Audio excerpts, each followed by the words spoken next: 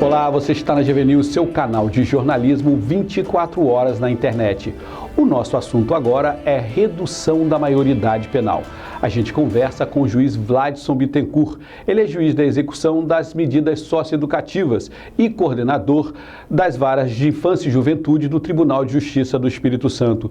Doutor Vladson, obrigado por sua presença aqui no GV News Entrevista. Obrigado, Roberto. Essa é uma discussão que está lá no Congresso, a Câmara aprovou em primeiro turno, né, a redução para 16 anos para alguns tipos de crime, mas é uma discussão que está envolvendo toda a sociedade. Virou uma discussão praticamente de futebol. Os contra e a favor, e ninguém se entende, ninguém aceita o diálogo, ninguém aceita a ponderação do outro.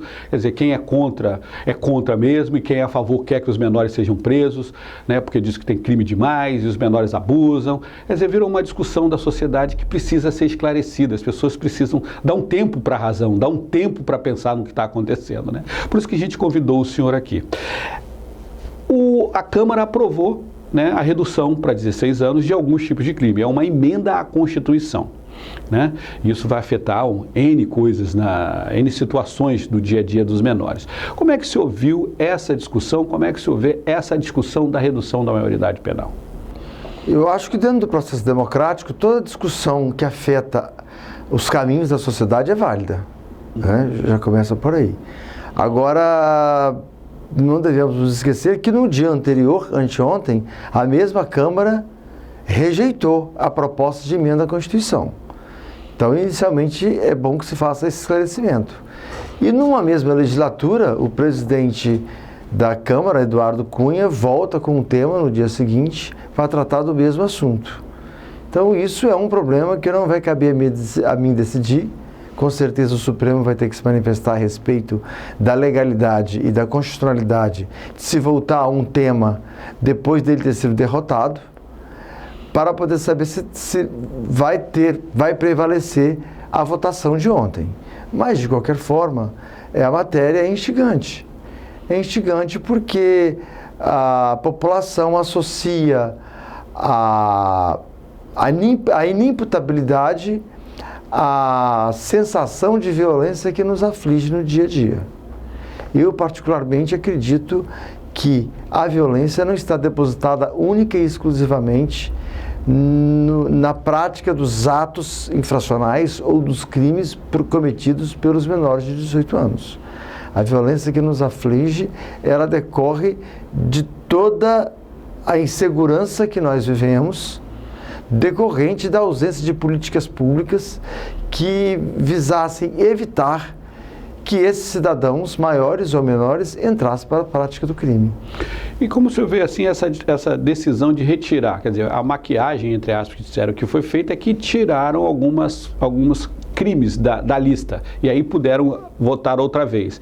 Quer dizer, ficou estranho essa coisa de, olha, crime hediondo fica, mas tráfico não fica, esse não fica. Como é que o senhor vê isso como juiz, essa situação de escolher os crimes que vão ser tipificados? Como crime, como esse tipo de escolha me surpreende, porque o direito penal ele tem dois critérios de escolha para fixar a idade da maioridade penal.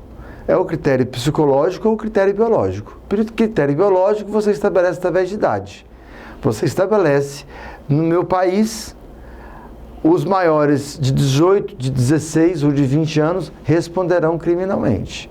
Ou o critério psicológico. O critério psicológico, independente da idade, você faz exame, submete essa pessoa que praticou o crime a exames e pergunta se ele tinha consciência da ilicitude do ato que ele praticava. Tinha. Então, se ele tinha consciência, ele responde, critério psicológico. O Brasil optou por uma linha nova, né? Inovou. O critério nem é psicológico, nem é biológico. O critério é pelo tipo do crime, pelo tipo penal. Então, você vai ter pessoas com a mesma idade e que, dependendo do crime, é imputável ou não é imputável. Eu vejo com surpresa e entendo que isso não é a melhor forma de estabelecer a idade limite para a responsabilização criminal. Eu devo dizer também que aqui no Brasil, a nossa responsabilização começa a partir dos 12 anos. A responsabilização juvenil, ela vai de 12 a 18. E a responsabilização dos maiores, de 18 em diante.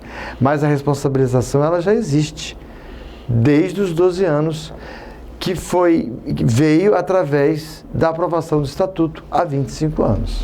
Quer dizer, então, essa coisa de que menor de 18 anos não é criminalizável, Ele é responsabilizado, sim. Ele é responsabilizado desde os 12 anos. Há pouco tempo, se eu não me engano, há 1 ano e meio atrás, aqui na Praia do Canto, teve um assalto a uma famosa rede de farmácias, onde tinham 2 maiores e um menor, e o menino de 13 anos que estava com a arma na mão, na hora que ele entrou para dentro da farmácia para poder fazer o assalto, o farmacêutico ou o vendedor, ele se assustou e o menino assustou também e disparou a arma que estava na mão dele. Esse menino que tinha 13 anos está preso até hoje. Então, quer dizer, ele foi responsabilizado. Aí quando fala em responsabilização, as pessoas falam assim, não, mas para menor é diferente. O menor ele vai para o estabelecimento de ensino, um estabelecimento socioeducativo. Fala-se como se o estabelecimento que nós temos hoje fosse hotéis 5 estrelas. Não é, é presídio. Não há nenhuma forma de privação de liberdade na nossa sociedade que não seja grade, que não seja cadeia. A privação de liberdade, tanto para o maior quanto para o menor, ela se executa dentro de uma cadeia, dentro de um estabelecimento prisional. Então, com 12 anos, hoje, cometer um crime e já vai preso, quer dizer, entre aspas aí, se é prisão, se é apreensão. Não, eu gosto dessa palavra prisão. Eu gosto dessa palavra prisão, porque ele vai preso mesmo. Porque privado de liberdade é preso. Na verdade, eu devo admitir aqui que nós, operadores de direito, nós defensores da teoria da proteção integral, a própria imprensa foi obrigada a se acostumar com esses termos. Nós, durante esses 25 anos, em nome de uma não estigmatização, passamos a dar apelidos a situações que são duras. Então, deixamos de chamar o menino de menor infrator. É proibido falar menor. Agora só pode falar adolescente infrator. Depois avançou-se, adolescente infrator é muito pesado. É adolescente em conflito com a lei. Outra mentira, tudo é menor infrator. Aí depois você fala assim, o menor não é preso, ele é apreendido. Qual a diferença? Ele é politicamente correto. É politicamente correto. Então, ele é apreendido. Mas como ele é apreendido? Ele é apreendido, ele pratica o ato funcional na rua, a polícia militar o prende, o algema, coloca dentro de um cofre, o leva para a delegacia e dali ele aguarda dentro da unidade provisória o julgamento e depois ele vai para um presídio. Então, assim, eu acho que com o tempo nós fomos alterando essas designações, né, dessas situações para poder ser politicamente correto e trouxemos para a sociedade uma sensação de impunidade que não é real.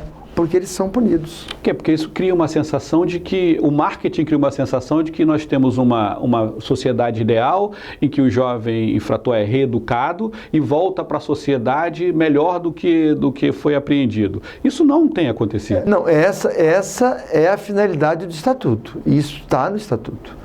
Isso tem acontecido em algumas unidades. Tá? Nós temos hoje um grande contingente de adolescentes, porque nós temos 2 tipos de unidades. Nós temos as unidades provisórias e as definitivas. Nas definitivas, eu como juiz de execução e o próprio IASES, que é o instituto que executa essas medidas, nas definitivas você tem uma limitação de números de população. Então assim, essa unidade cabe 120. Então, você tenta manter essa unidade com 120. Essa outra unidade cabe 70 manter ela 70. A outra unidade cabe 80, tenta mantê-la 80. Então, o que acontece?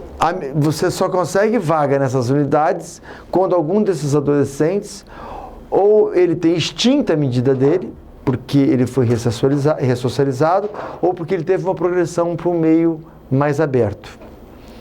Então, e o resto? O resto fica nas unidades provisórias. Então, hoje aqui em Vitória, nós temos uma unidade que cabe 60 e tem 150. E temos uma outra unidade provisória que cabe 60 e tem 120. Esses 160 e esses 120 que estão aqui são todos provisórios? São adolescentes que estão aguardando a sentença? Não.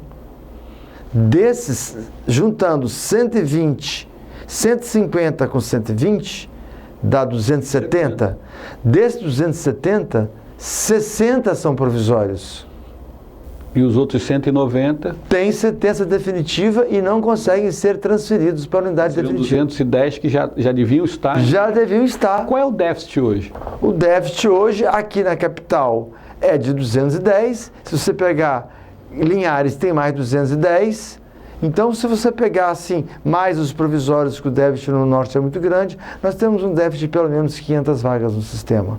No famoso sistema socioeducativo. Do sistema socioeducativo, que trata da privação de liberdade, que, volta a dizer, é prisão. Porque você não trata da privação sem grade. Mas lá na Câmara, ontem, né, aprovaram um terceiro tipo de instituição, que é a instituição para esses 2 anos aí, quer dizer, ou você fica no socioeducativo, ou você fica no preso normal, mas aí a turma tem essa cadeia especial para 2 anos aí.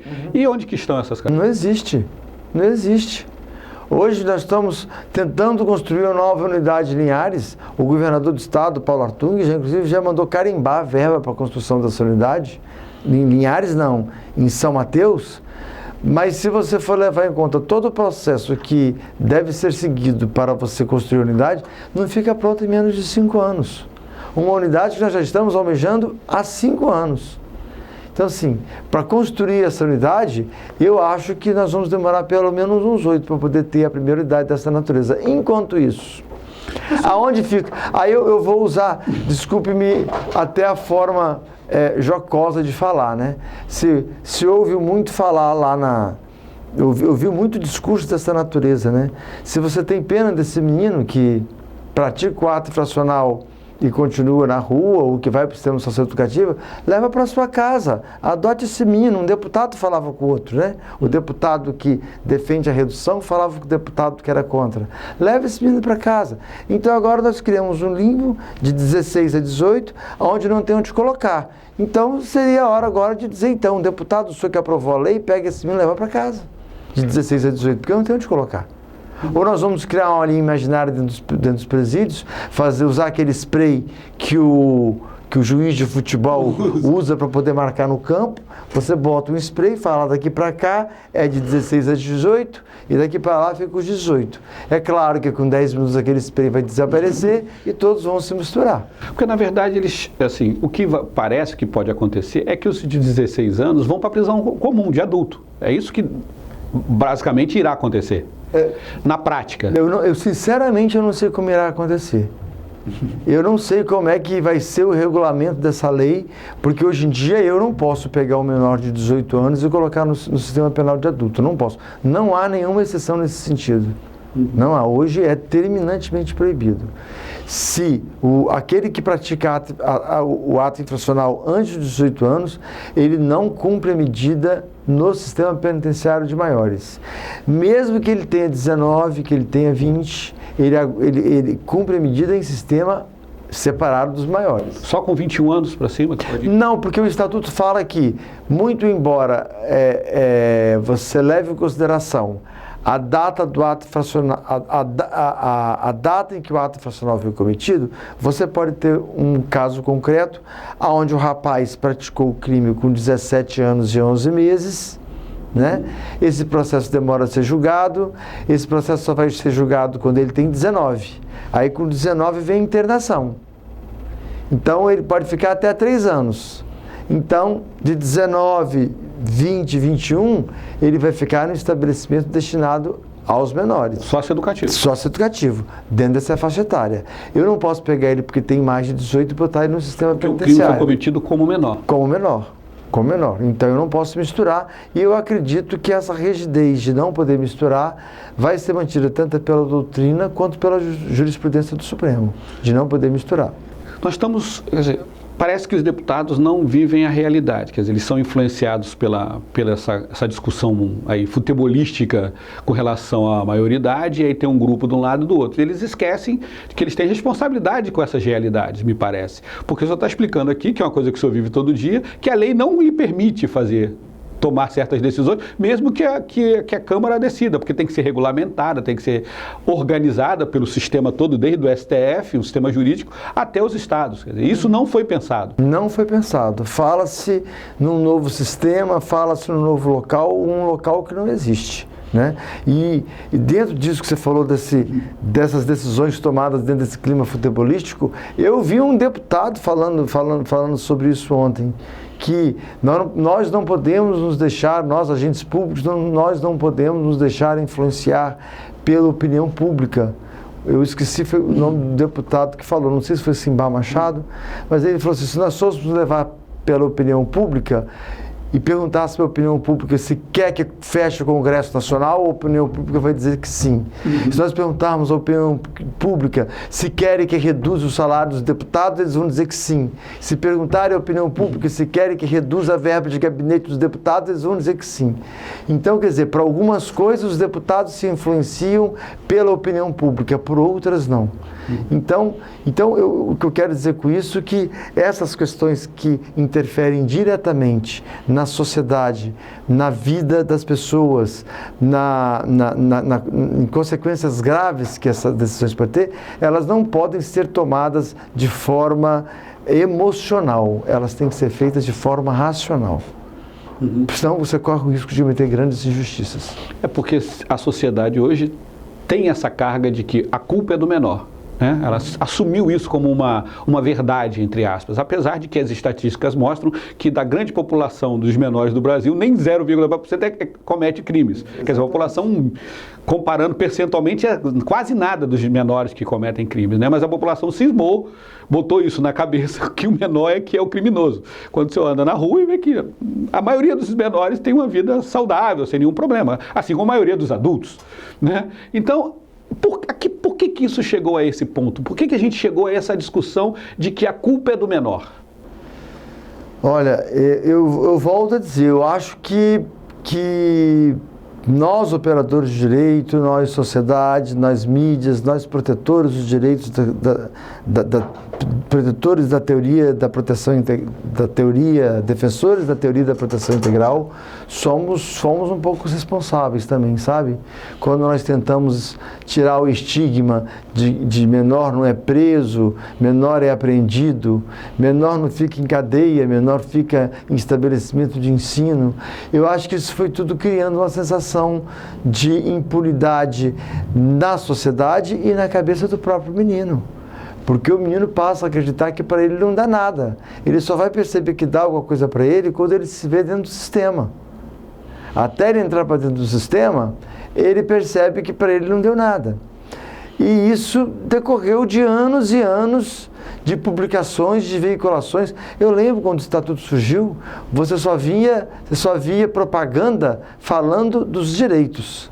Você via Xuxa, Renato Aragão, ONU, Unicef, todo mundo vindo falar, olha só, agora veio o estatuto, agora para criança não pode isso, criança não pode apanhar, o pai não pode corrigir, entendeu? Então a responsabilidade, parece que todos os pais abriram mão de suas responsabilidades, as famílias se desestruturaram, então foi criando essa sensação de impunidade, que na verdade, se a lei fosse aplicada tal como ela foi prevista, essa sensação seria menor. Mas eu tenho que fazer o meia-culpa.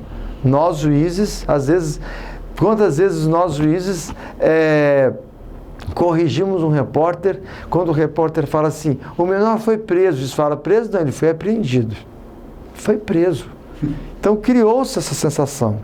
E além do mais, o Estatuto traz duas possibilidades de você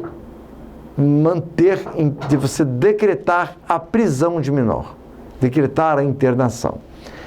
Pela prática, em razão da prática de um ato infracional cometido mediante violência ou grave ameaça à pessoa. Homicídio é violência. Assalto é violência, grave ameaça. Eu te boto um revólver na sua cabeça e te exijo o seu relógio. Isso é uma grave ameaça. Então, violência e grave ameaça pode receber internação. ou pela prática reiterada de atos infracionais considerados graves. Isso desde os 12 anos. Desde os 12 anos e há 25 anos.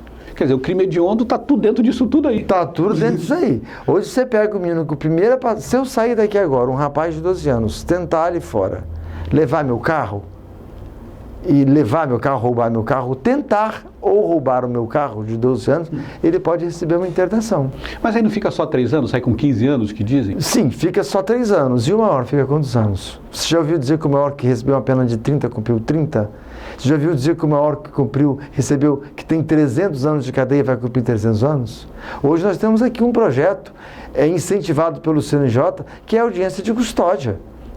Onde qualquer maior que pratica um crime hoje, ele, antes de o juiz manter e decretar a internação dele, ele é ouvido por um juiz lá dentro do complexo penitenciário de Viana, com a finalidade exatamente de o juiz verificar a possibilidade de colocar em liberdade imediatamente, para que ele possa aguardar o processamento do seu feito em liberdade. Mas para menor não tem isso. Para menor não tem dessa forma não, porque sábado e domingo o menor fica preso. Ele vai ser ouvido na segunda-feira. Mas o que eu quero dizer é o seguinte, eu e você estamos aqui. Nós somos trabalhadores, nós somos primários, eu, você e o telespectador que está ouvindo também. Somos trabalhadores, somos primários, temos bons antecedentes, nunca tivemos passagem. Nós saímos hoje aqui na rua, quando terminar essa entrevista, e por algum motivo qualquer, nós envolvemos numa confusão, e nessa confusão há um enfrentamento físico, e eu, por exemplo, estou armado, dou um tiro numa pessoa, matei uma pessoa, eu ou você. Artigo 120, vou para júri. Lá no júri pode ser tentado várias teses. Legítima defesa, homicídio privilegiado, várias teses. Mas se nenhuma dessas teses forem aprovadas, eu pego um 121. 121, pena de 6 a 20 anos. Está lá no Código Penal. Dentro das características que eu te passei, somos primários, de bons antecedentes, etc e tal, o juiz é obrigado a dar pena mínima. A pena mínima é 6 anos. 1/6. Com 1/6 ele vai para a rua. Com quanto tempo ele vai para a rua? Vamos fazer o cálculo rápido. 6 anos. 1/6 de 6 é 1. Então você tira 1 ano, ele fica 1 ano no fechado e vai para a rua. Eu te levo hoje nas unidades. Está na lei. Está na lei de execução penal. Para o maior. E o juiz não pode fugir disso. Não pode fugir disso. E eu te levo hoje dentro do sistema socioeducativo, que é o sistema prisional dos menores, tem lá vários casos de meninos que praticaram homicídio e estão lá há 1 ano, 1 ano e 8 meses, 2 anos, 2 anos e 3 meses. Muito embora exista a lei do SINASE que fala que em nenhuma hipótese você dará ao menor tratamento mais gravoso do que aquele que você dá ao maior. Mas tem lá, nós juízes da infância não soltamos, mas o juiz do maior solta.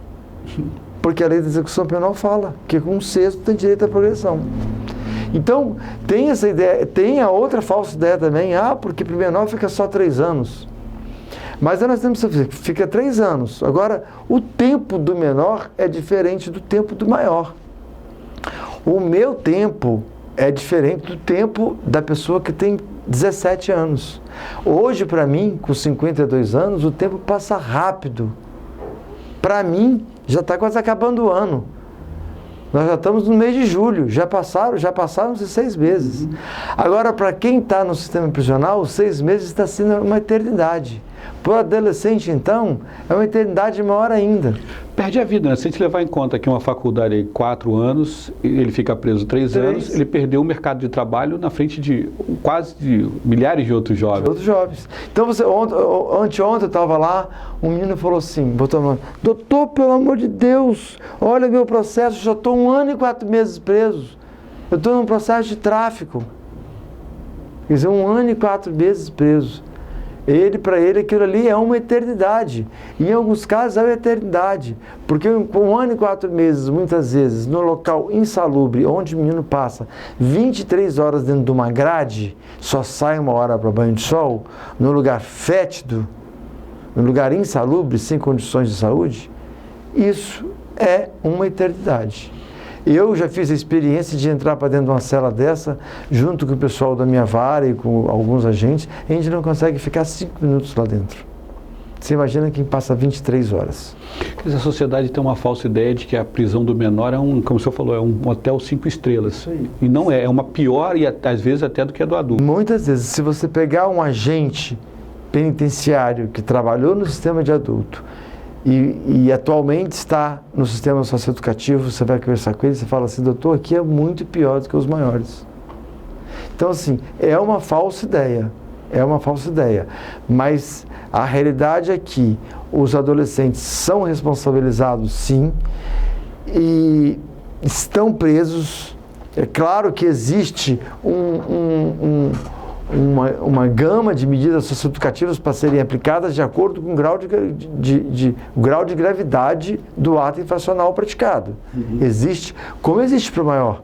Tem muito maior que pratica crime e está pagando com cesta básica, está solto.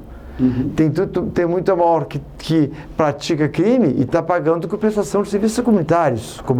Ou bota a tornozeleira. Ou bota a tornozeleira, ou paga pena pecuniária, né? Então, quer dizer, da mesma forma que existe a graduação para o maior, existe a graduação para o menor, né? Agora, eu entendo que antes de pensarmos em mudar a lei, nós teríamos que pensar em executar bem, com qualidade, a lei que nós temos hoje. A lei que nós temos hoje, que é o Estatuto, ela não está sendo cumprida na forma que ela foi traçada há 25 anos. Ela está capenga, existem falta de vagas, déficit de vagas, muitos adolescentes estão lá necessitados de cursos profissionalizantes, de oficinas, de aula do ensino regulamentar. Então, existem grandes falhas que eu queria ver, eu ontem escrevi até no grupo de juízes, eu queria que esses deputados que estão aqui, tão emocionados para poder falar da redução, estivessem todos aqui cobrando do governo e tratando de trazer para a socioeducação verbas para poder propiciar a execução de uma medida socioeducativa de qualidade, tanto no meio aberto quanto no meio fechado. Seria muito melhor se estivesse fazendo isso. Mas estão tentando resolver a questão com o endurecimento da lei, criar essa panaceia, como se o endurecimento da lei resolvesse o problema da criminalidade e da segurança que nos aflige. Se alguém tivesse medo de lei dura, se alguém tivesse medo de Código Penal, os nossos presídios estariam vazios. Não teria ninguém. O déficit hoje do sistema penitenciário capixaba é de 4.000 vagas no sistema. Ninguém tem medo de Código Penal. Ninguém. E quando você parte para essa leitura de que vamos endurecer a lei porque 3 anos é pouco, então você vai partir para uma legislação de exclusão. Né? Não, nós vamos criar guetos. Vamos fazer como o Hitler.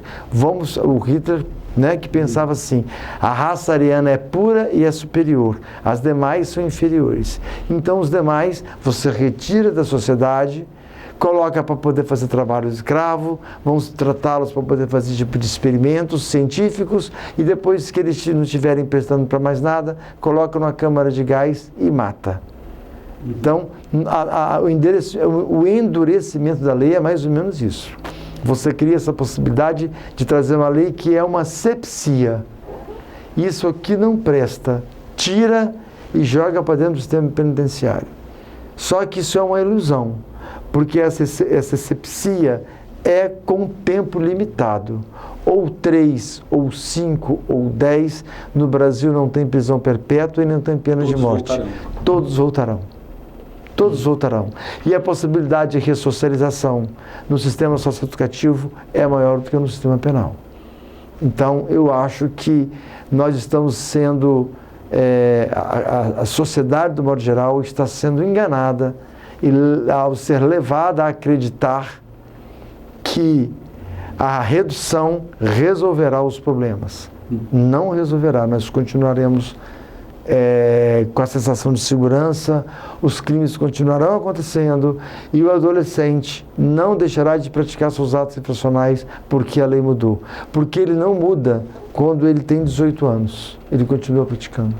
E isso eu vejo isso todo dia nas conversas, né? Você vê de onde que começa e de onde que sai. De onde que sai. Eu vi agora, recentemente, uma entrevista da doutora Gisele Oliveira, que é uma colega magistrada, que está coordenando esse projeto da audiência de custódia. Ela falou que 80% das pessoas que ela atende têm entre 18 e 23 anos, ou 24, se eu não me engano. Então, continuam, ninguém teve medo do Código Penal. Ninguém. E se nós vamos partir para essa questão da redução, daqui a pouco vamos reduzir para 16, para 14, para 12, para 10, aí eu acho melhor abandonar essa questão de tipo penal e vamos entrar no sistema psicológico. Né, que tem o biológico e o psicológico. Então vamos adotar o sistema psicológico e vamos fazer um exame na pessoa, ver se ela tem condições de responder ou não pelo ato que ela praticou. E uma cadeia só, né? E uma cadeia só, separa lá dentro por faixas etárias. Esse bloco é para a idade tal, esse bloco é para a idade tal, esse bloco é para a idade tal. Então sim, mas é uma questão que tem que ser discutida. Eu, particularmente como juiz da infância e que vivo a realidade do sistema, eu estou convicto de que essa redução não irá resolver o problema. Mas o senhor sabe que a sociedade vai lhe cobrar, né? Ah, mais um juiz defendendo o menor, mais um juiz aí que vem esse bandido e tal. Eu não defendo o menor, eu não defendo regalias, eu defendo o cumprimento da lei. Eu sou juiz da lei que me está posta hoje. Se amanhã a lei é outra, eu vou cumprir a nova lei. Eu só como juiz eu posso afirmar que a lei que existe hoje não é cumprida. O Estado não implementou corretamente o Estatuto da Criança e do Adolescente. Não cumpriu o seu dever e quer botar mais deveres para o quê? Exatamente isso. Não cumpriu e quer apertar mais ainda. E vai continuar descumprindo. Porque não há condições, de uma hora para outra, criar um novo sistema para poder abrigar de 16 a 18. Então, por isso vai continuar descumprindo. Não tem. Nós estamos vendo uma crise financeira, onde o Estado está tendo dificuldade de manter o sistema socioeducativo e o sistema penitenciário. Você acha que passa no Senado? Olha, eu acho que não passa no Senado. Do jeito que está, com as emendas que foram feitas, com essas duas votações, uma em cima da outra, eu acredito que não passa no Senado.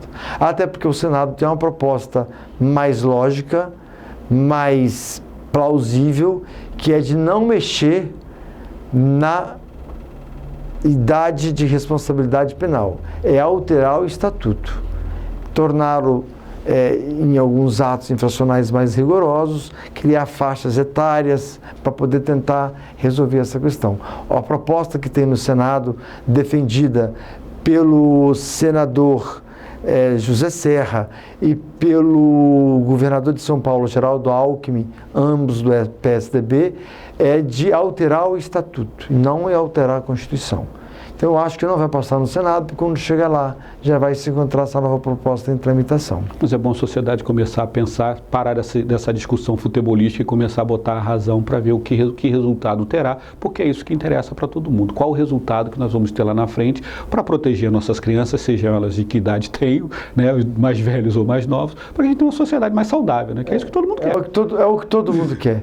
A sociedade saudável passa pela formação dos nossos jovens. Então, assim, esses jovens que hoje estão na criminalidade, na realidade, penso eu, que o Estado e a sociedade já estão em débito com ele há muito tempo. Porque desde que eles nasceram, que eles vivem em condições de miséria, vivem em condições subhumanas, a escola não é de qualidade. Então, há muito tempo.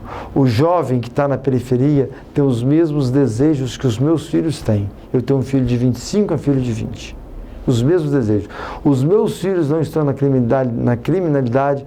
Por quê? Porque as oportunidades que eu dei para os meus filhos foram diferentes das oportunidades que o jovem que está na periferia teve. Jovem que é perspectiva de futuro, né? Jovem que é isso, tem perspectiva de futuro. De futuro. Então, assim, se você quer ter uma sociedade mais saudável, mais justa, mais igualitária, com menos atos infracionais, você mexe nas políticas públicas que facilitem a formação de um caráter positivo e impeçam a entrada desse jovem na criminalidade. É antes. Nós estamos tratando aqui do curativo, o preventivo que está falhando. Ok, doutor Vlad, obrigado por sua presença aqui no GV Entrevista, por essa conversa. Vamos continuar acompanhando aí para ver se todo mundo toma juízo, né? Eu que agradeço pela oportunidade de estar aqui, podendo falar sobre esse tema tão palpitante e que interessa a todos. Muito obrigado. Obrigado ao senhor. Obrigado por assistir GV News Entrevista. A gente volta daqui a pouco com uma nova notícia. GV News, porque informação é coisa séria.